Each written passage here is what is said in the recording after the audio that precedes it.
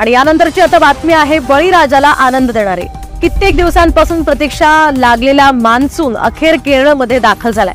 तर भारतीय हवामान विभागाने ही माहिती दिली आहे। तसंच येत्या 10 जून पर्यंत मान्सून महाराष्ट्रात दाखल होण्याची सुद्धा शक्यता आहे। राज्यात मान्सून दाखल झाल्यानंतर जोरदार पावसाचा अंदाज सुद्धा व्यक्त करण्यात येतोय।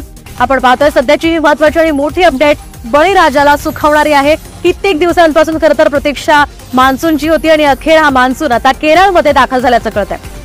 अगदी 31 मेला तो दाखल होणार असल्याचा अंदाज होता आणि एक दिवस आधीच मान्सून आता केरळमध्ये दाखल होणार आहे आणि आता येत्या 10 जून पर्यंत मान्सून महाराष्ट्रामध्ये सुद्धा दाखल होण्याची शक्यता आहे।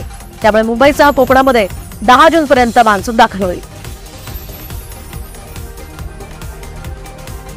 आपण पाहतोय सध्याची ही महत्त्वाची अपडेट। आपण अनेक ठिकाणी पाहिलं अवकाळी पावसानं खरं तर थैमान मांडलेलं आहे आणि अशातच मान्सूनचं केरळमध्ये आगमन झालेलं आहे। त्यामुळे बळीराजासाठी ही खरं तर दिलासादायक बातमी म्हणावी लागेल। शिवाय उकाड्यानं हैराण झालेल्या नागरिकांना सुद्धा यामुळे काहीसा दिलासा मिळणार आहे।